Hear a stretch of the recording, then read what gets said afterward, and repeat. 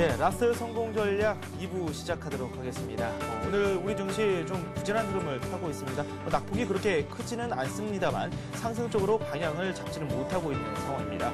거래소에서는 0.09%의 현재 낙폭이 나오고 있습니다. 1647포인트를 기록하고 있는데요. 이 장중에 60일 이평선이 무너지기도 했습니다.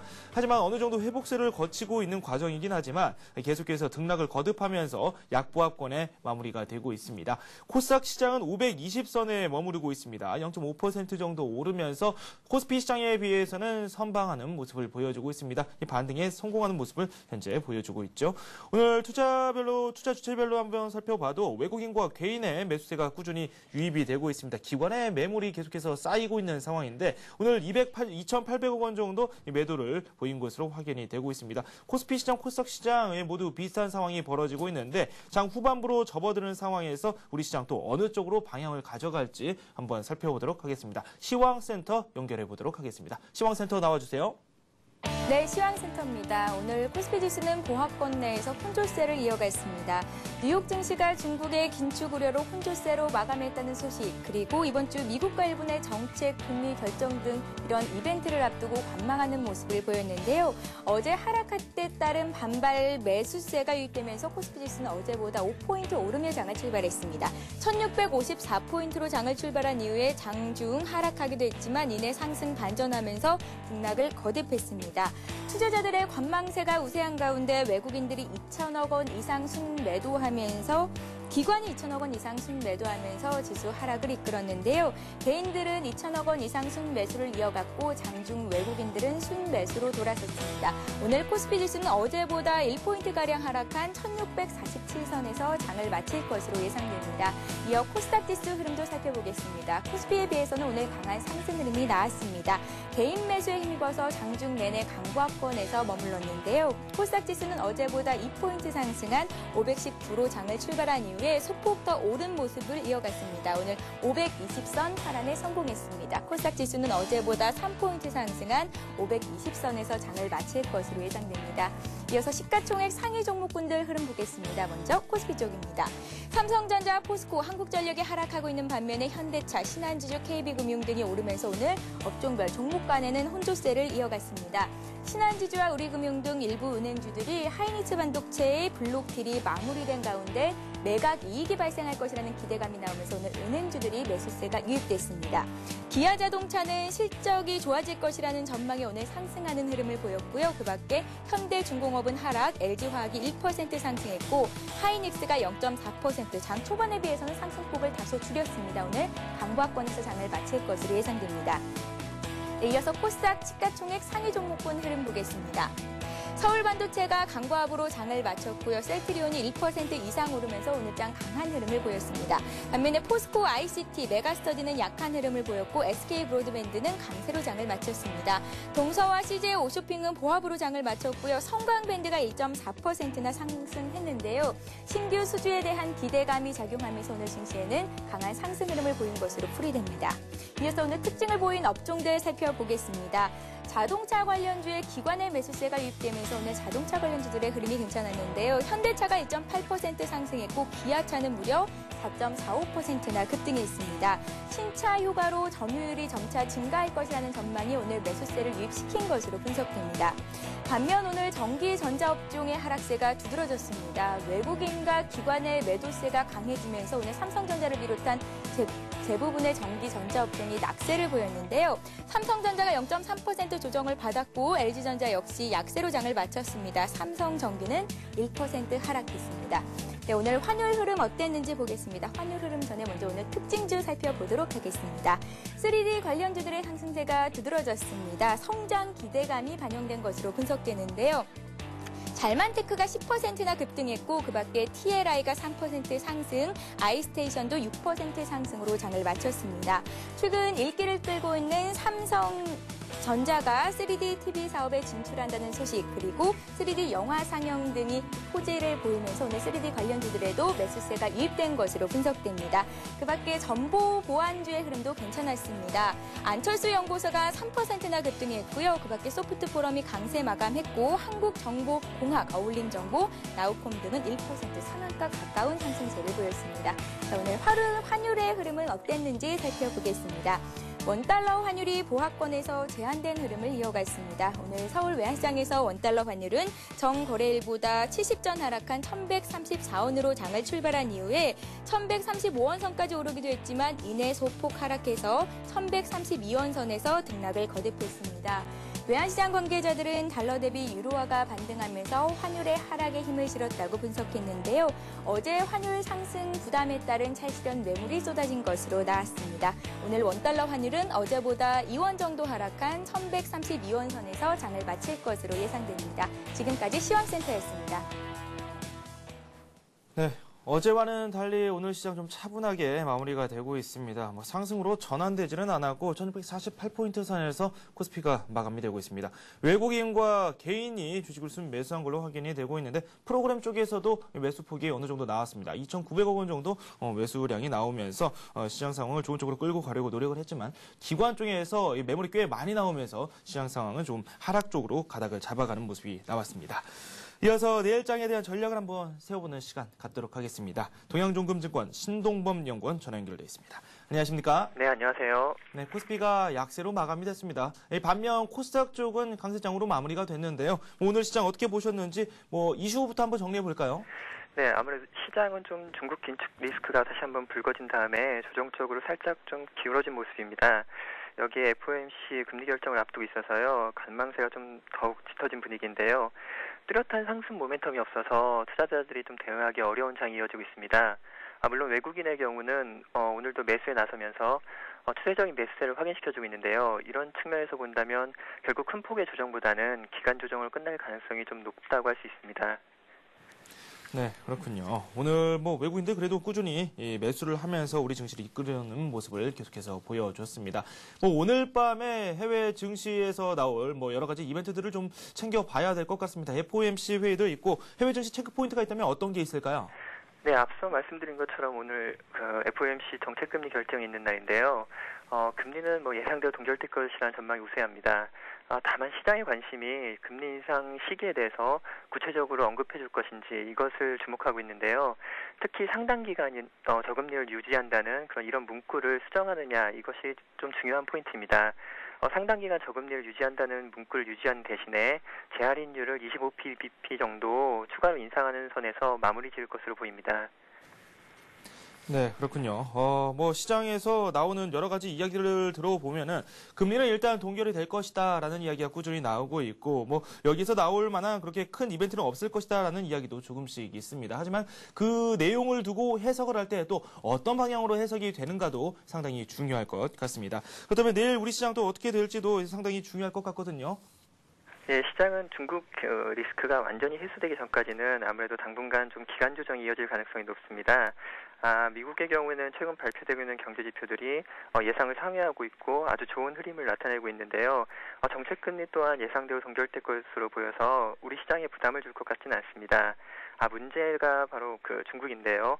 경제 회복의 견인차 역할을 해온 중국이 충격을 최소화하면서 인플레이션 압력을 조절할 수 있다는 시그널을 시장에 확실하게 던져주기 전까지는 좀 방어적인 투자 마인드로 대응하시는 것이 좋아 보입니다. 네, 중국 쪽에서 들려오는 여러 가지 소식을 한번 잘 정리해보고 방어적으로 시장 접근이 필요하다고 말씀을 하셨는데 지금 외국인들이 국내 시장에서 주식을 계속해서 순매수를 하고 있단 말이죠. 이런 추세 언제까지 이어질 것 같습니까? 네, 최근에 비차익 매수 들어오는 걸 보시면요. 비차익 매수가 하루도 쉬지 않고 한 달 동안 꾸준히 다 들어가는데요. 이건 아무래도 글로벌 외국계 그런 펀드 자금이 순매수를 이어가고 있는 것 같습니다. 글로벌 포트폴리오 운용 측면에서 놓고 본다고 한다면 아직 한국은 이 정도 지수되면은 PER이 좀 매력적인 구간이라고 외국인들은 판단하고 있는 것 같은데요. 아무래도 이런 추세적 매수가 안전판 역할을 해주지 않을까 그렇게 예상하고 있습니다. 네, 그렇군요. 그리고 오늘 우리 증시에 대한 내용 한번 조금 더 분석해 보도록 하겠습니다. 오늘 상대적으로 전자전기 업종에서 좀 부진한 흐름도 나왔고, IT 쪽에서 계속해서 이런 추세가 이어지면서 이 박스권을 탈피하기는 좀 어려울 것이다라는 이야기도 꾸준히 나오고 있거든요. IT 업종, 전자전기 업종 중심으로 해서 시황 한번 전망 좀 부탁드려도 될까요? 네, IT 업종은 2009년 상승 기간 동안 굉장히 주도주 역할을 해주면서 우리 시장에 상승 견인을 했는데요.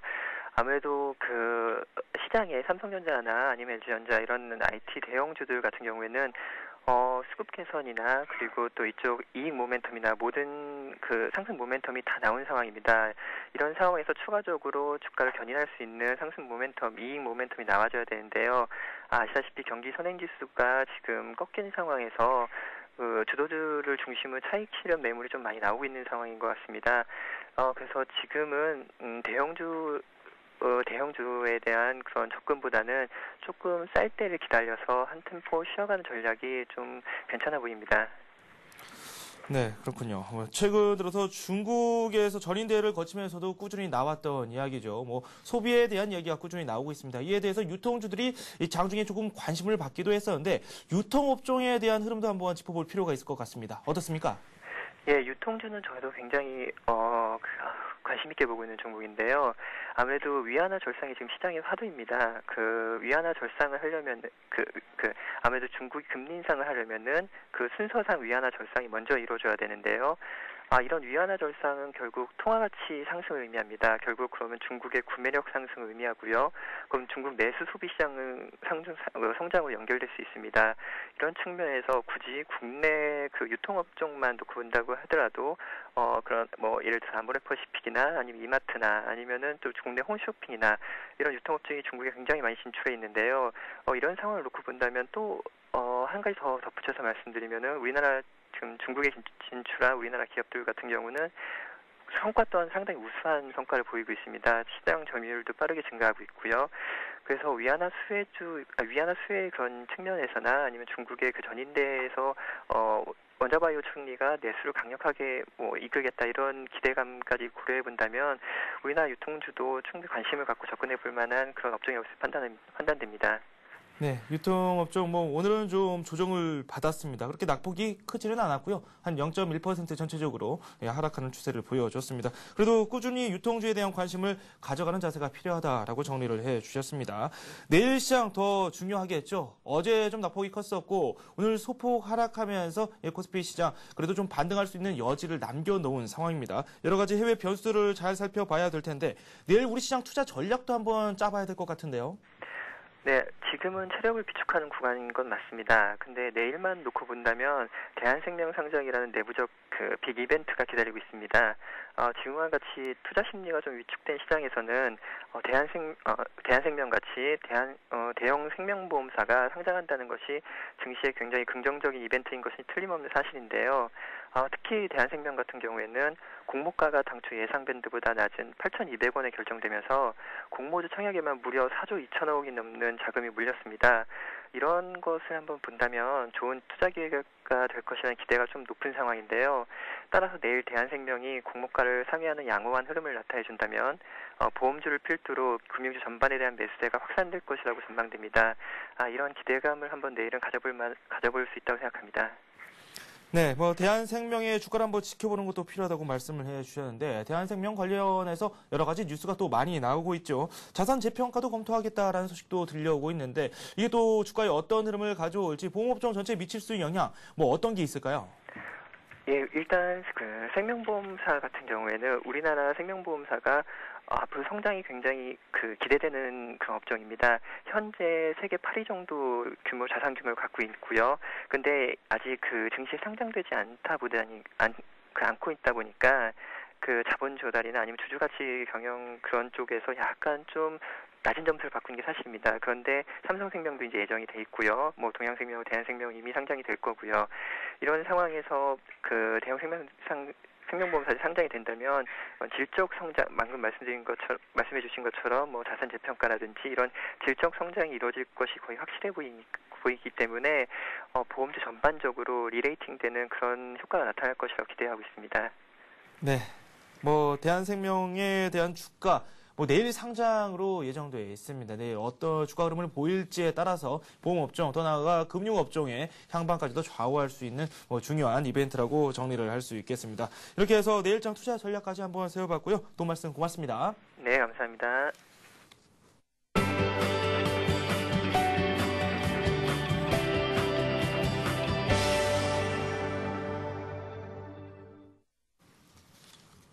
이 시각 주요 뉴스입니다. 중산층 붕괴 현상에 이어지고 있습니다. 사회의 버팀목이라고 할 수 있는 중산층의 비중이 계속 줄어들면 빈부격차의 확대, 불평등 심화 등 사회의 불안 요인으로 작용할 수 있습니다. 기획재정부와 통계청에 따르면 지난해 전체 가구 중 중산층이 차지하는 비중은 가처분 소득을 기준으로 66.7%로 나타났습니다. 이는 지난 2003년 70.1%와 비교해 3.4% 하락한 수준입니다.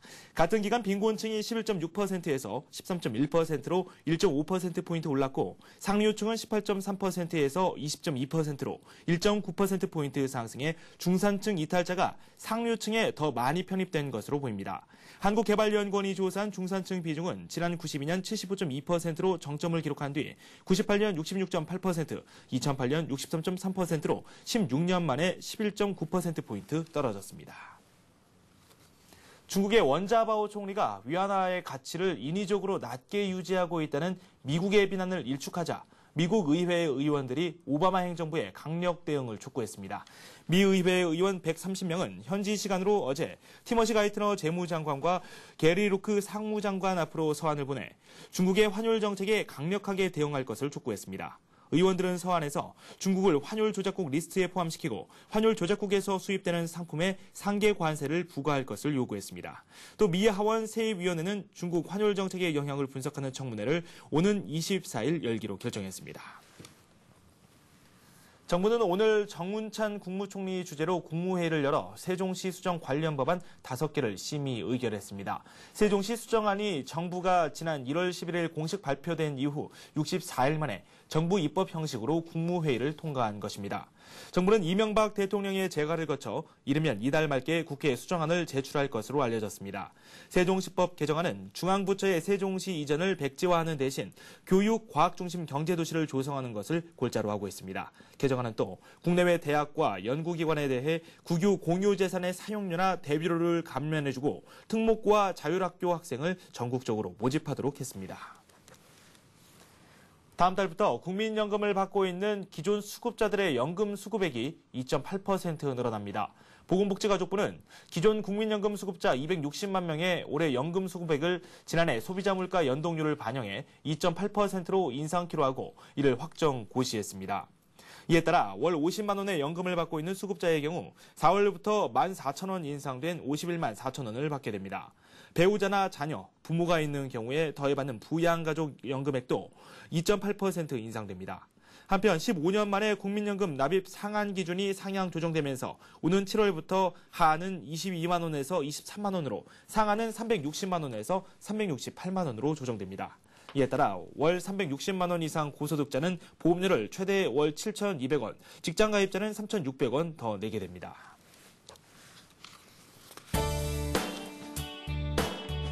동양종합금융증권은 오는 18일 오후 4시부터 전국 164개 지점에서 일반인을 대상으로 펀드 투자 설명회를 개최합니다.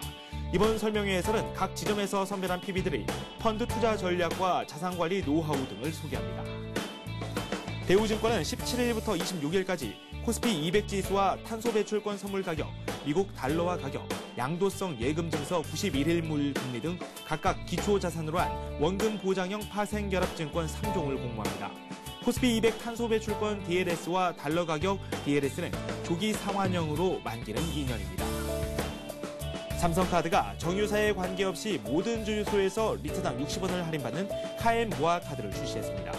카엠모아 멤버십 서비스는 주유소에서 주유할 때 최대 40원까지 추가 할인을 받을 수 있습니다. 삼성카드는 현재 280여 개인 카엠모아 멤버스 주유소를 앞으로 1000개까지 늘릴 계획입니다. 신한은행은 오늘 오후 서울 삼성동의 한 호텔에서 PB 고객들을 대상으로 신한 프라이빗뱅크 그랜드 투자 세미나 2010을 개최했습니다. 세미나는 중장기 관점에서의 효율적 자산관리와 국내 증시 전망 및 가치투자, 글로벌 경제 이슈 등 금융시장 전반에 대한 강좌를 중심으로 진행됐습니다. 네, 우리 증시 어제에 이어서 좀 조정을 받았습니다. 그래도 코스닥 쪽에서는 양호한 흐름이 나왔는데요. 코스닥 오늘 0.5% 정도 상승하면서 520선을 안착하는 모습을 보여줬습니다. 오늘 코스피 코스닥 양시장 모두 외국인과 개인들의 매수세가 끊임없이 들어왔습니다. 외국인이 우리 시장을 지지하고 있다는 점이 우리 시장에 조금 안도감을 불러일으키고 있는 상황입니다. 내일 우리 시장에 또 하나의 이벤트가 있습니다. 우리 시장뿐만 아니라 해외 여러 가지 이벤트들도 잘 살펴봐야 되겠지만 대한생명 상장을 비롯해서 FOMC 회의 등 여러 가지 소식들을 잘 종합적으로 정리해 볼 필요가 있을 것 같습니다. 오늘 저희가 준비한 소식은 여기까지고요. 저는 내일 이 시간에 다시 찾아뵙도록 하겠습니다. 여러분 고맙습니다.